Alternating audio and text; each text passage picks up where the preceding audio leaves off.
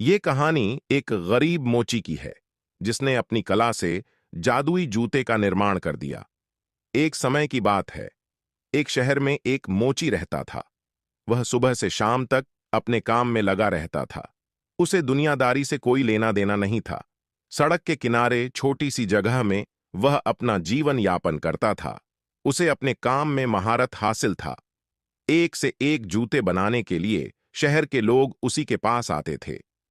एक बार वह अपने काम में लगा हुआ था, तभी एक सन्यासी अपने लिए जूते बनवाने का विचार लेकर उसके पास आया। उसके कपड़े फटे हुए थे और उसकी हालत भी अच्छी नहीं दिख रही थी। मोची ने सन्यासी से कहा, बाबा, जूतों के लिए चमड़ा तो आपको ही देना पड़ेगा। मेरे पास नहीं है, आप चमड़ा लाए हैं। सन्यासी ने एक पेड़ की छाल मोची को दे दी और कहा, तुम इसके जूते बनाओ।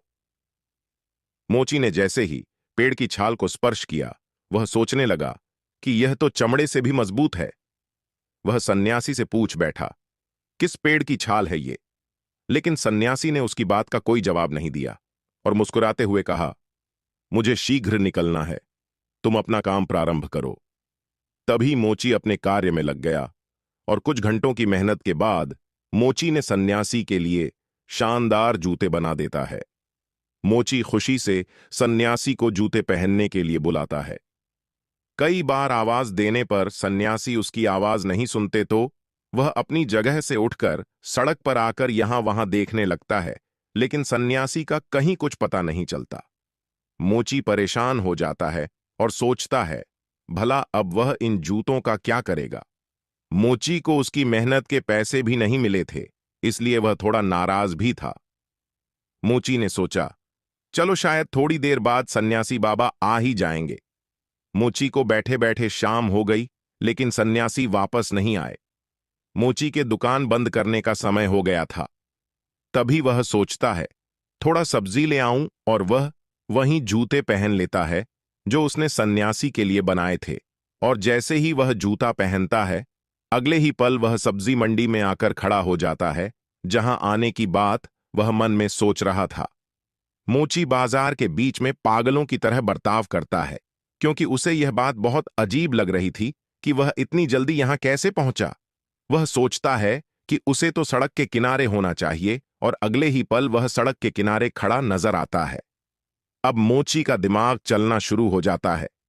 उसे समझ में आना लगता है, हो ना हो ये जूतों का ही कमाल है, जिसकी वजह से वह पलक झपकते ही कहीं भी पहुंच पा रहा था। इस बात को साफ करने के लिए वह कई जगह मन में सोचता है और एक एक करके हर जगह पल भर में ही पहुंच जाता है। उसकी खुशी का कोई ठिकाना नहीं था, मानो उसने जीवन में सब कुछ पा लिया था।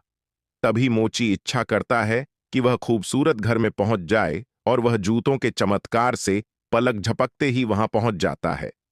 घर की सुंदरता देखकर वह खुशी से झूमने लगता है।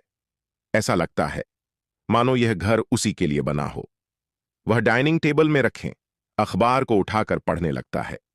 तभी उसे अखबारों में दो देशों के बीच में जंग होने की खबर दिखती है, और उसके मन में जंग को पास से जाकर देखने का विचार आता है, और वह अपनी इच्छा अनुसार उस स्थान पर पहुंच जाता है जहां चारों तरफ से गोलियां चल रही होती हैं, बम फट रहे होते हैं।